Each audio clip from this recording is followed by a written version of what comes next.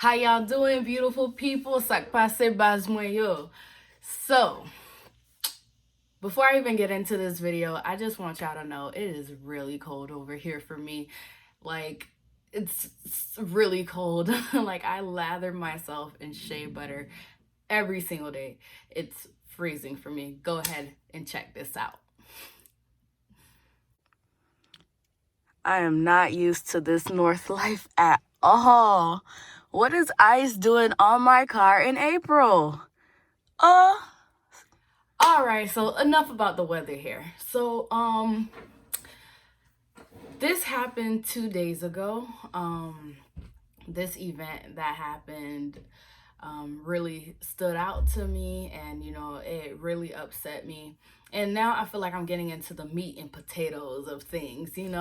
So remember in this one video I made, I was talking about this one lady. I wasn't sure who she was, who was like taking the mask and trying to force it on me and trying to like form it to my face, etc.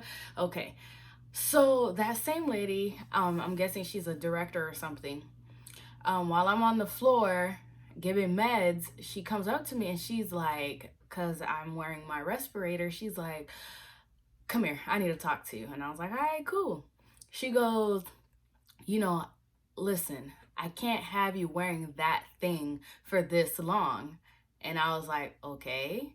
She was like, I need you to go downstairs right now and get fit tested again. She was like, and pray to God that you pass, because if you don't, we're going to have a conversation and it's not going to be a good one. And you're not going to like anything I have to say. And I'm like, okay.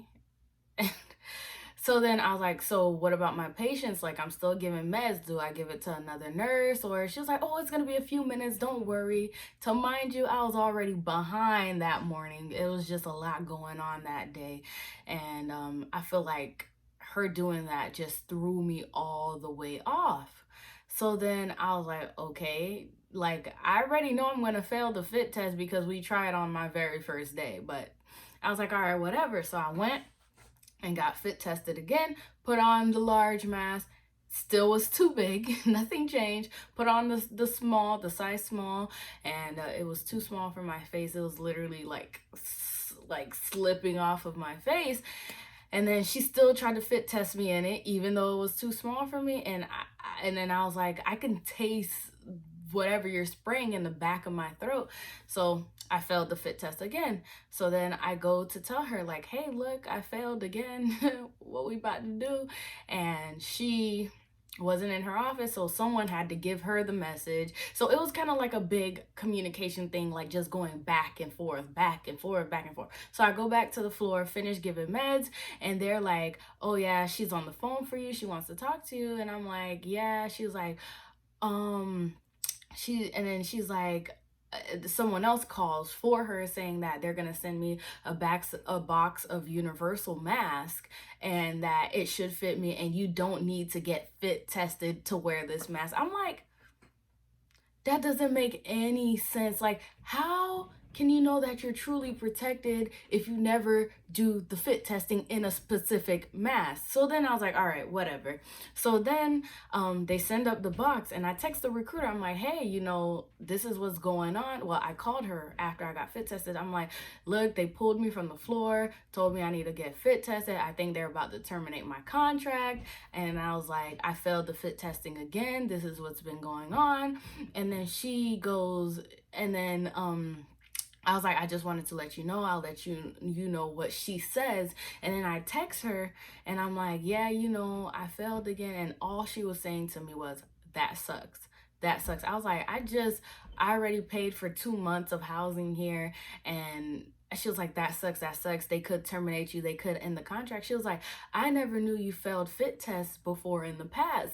And I was like, I told you I have a special mask. Like, I didn't get into the details of it, but I told you I have a special mask. The other masks, they don't work for me, and I have a special mask, and you said that's fine. I can bring it. I can bring it with me. Bring everything that I have with me. They'll let me wear. You were so sure that they would let me wear. And now she's like, "Oh, that sucks. That sucks." And I text her, and I was like, "I really cannot believe that they will not allow you to use something that is a guarantee safety for you."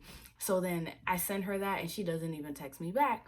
So then they call me down to the nursing office again.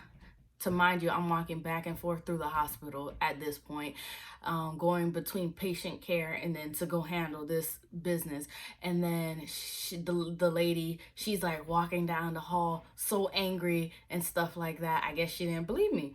And then she was like, you need to get fit tested again, or you need to get fit tested in that thing, or you're not gonna be working anymore. And then she just walks away. And I'm like, okay. So I go and get fit tested in the respirator that I brought, which I already got fit tested for while I was in Florida because that's where I got it from, and they fit tested me in it already. So she does the fit test, I pass in the respirator, my respirator that I brought.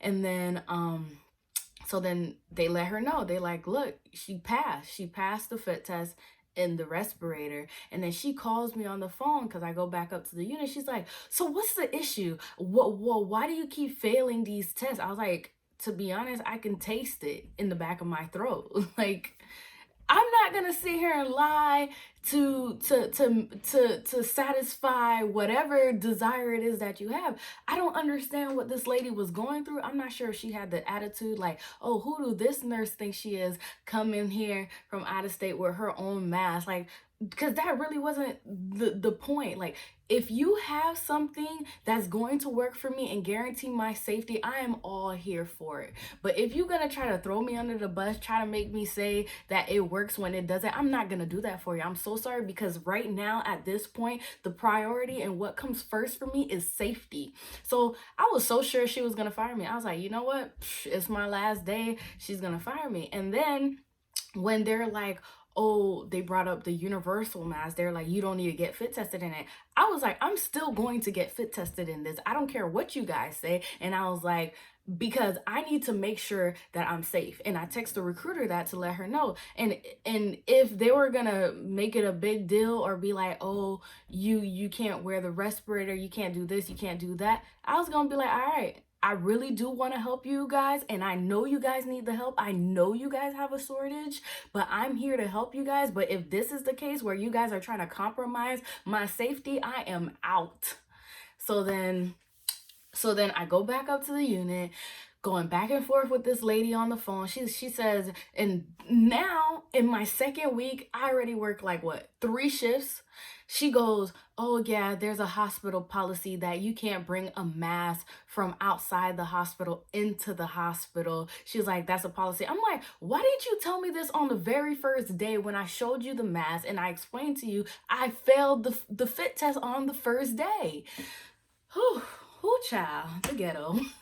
So then she goes, I need to call the CFO or some big person of the hospital to ask for permission. It's not that simple that you could just wear it. And then I'm like, all right, that's cool. And then I was like, how soon will you know if I will be terminated or not? Because at that point in my head, all I'm thinking about is like me getting myself together to go back to Florida. Like, like that's all I was thinking about. I'm like, how soon are you gonna know so I could get my stuff together, basically?